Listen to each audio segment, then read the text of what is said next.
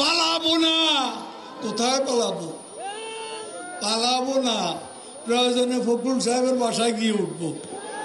আওয়ামী লীগ নেতা ওবায়দুল কাদেরকে কেন গ্রেপ্তার করা হয়নি সে বিষয়ে আইনশৃঙ্খলা বাহিনীর কাছে ব্যাখ্যা চাওয়া হয়েছে বলে জানিয়েছেন আন্তর্জাতিক অপরাধ ট্রাইব্যুনালের চিফ প্রসিকিউটর মুহাম্মদ তাজুল ইসলাম। আজ মঙ্গলবার তিনি সাংবাদিকদের এসব কথা বলেন। তাজুল ইসলাম বলেন, ওবায়দুল কাদের 3 মাস দেশে ছিলেন, কেন তাকে গ্রেপ্তার করা হয়নি সে বিষয়ে ব্যাখ্যা চাওয়া হয়েছে এবং প্রতিবেদন দিতে বলা হয়েছে আইনশৃঙ্খলা বাহিনীকে।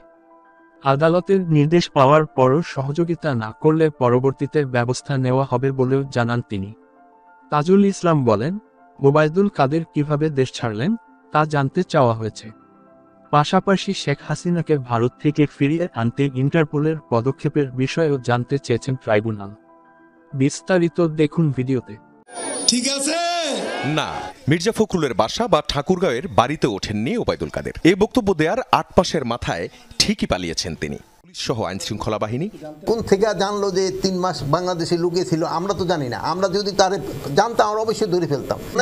ছিলেন এটা সরকার জানতো না। পালাবো না, প্রয়োজনে ফখরুল সাহেবের বাসায় গিয়ে উঠবো। কি জায়গা দেবেন? 13 জেলার পুলিশ সুপার, জেলা প্রশাসক, র্যাব ও পুলিশ প্রধানও ছিলেন সেখানে। সভা শেষে দ্রুত চলে যান আইজিপি। স্বরাষ্ট্র উপদেষ্টার কাছে সাংবাদিকদের প্রশ্ন, ট্রাইব্যুনালের প্রশ্নের কি জবাব দেবে পুলিশ? খবর আন্তর্জাতিক অপরাধ ট্রাইব্যুনালের নজরে আনে প্রসিকিউশন, যা আমলে নেয় ট্রাইব্যুনাল। 2 সপ্তাহের মধ্যে পুলিশ প্রধানের কাছে এর জবাব চেয়েছেন আদালত। এই দেশেতে মরবো, পালাবো না। কোথায় পালাবো? পুলিশের মনোবল ফিরে এসেছে বলে দাবি করেন স্বরাষ্ট্র উপদেষ্টা। আরও জানান, ঢাকা বিভাগের আইন শৃঙ্খলা পরিস্থিতি এখন সন্তোষজনক। না হলে ঠাকুরগাঁয়ের বাড়ি আছে, ওই বাড়িতে গিয়ে উঠবো। শেখ হাসিনা সহ পলাতকদের ফিরিয়ে আনার ব্যাপারে ইন্টারপোলকে আবারও জানানো হয়েছে। আমরা কিন্তু তাদের অলরেডি আবার রিমাইন্ডার দিয়েছি।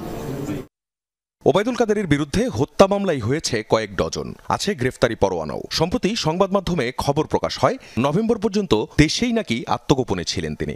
কেন তাকে গ্রেপ্তার করা হয়নি বা তিনি কিভাবে পরবর্তীতে বাংলাদেশের সীমান্ত অতিক্রম করেছেন, এই ব্যাপারে আইন শৃঙ্খলা রক্ষাকারী বাহিনীর কাছে একটা ব্যাখ্যা চাওয়া হয়েছে এবং সেটা 15 দিনের মধ্যে যাতে এই ব্যাখ্যা দেওয়া হয় সেটা জানানোর জন্য আদালত নির্দেশ দিয়েছে। ট্রাইব্যুনাল যখন এই আদেশ দেন, তখন ঢাকা বিভাগীয় আইন শৃঙ্খলা কমিটির বিশেষ সভায় স্বরাষ্ট্র উপদেষ্টা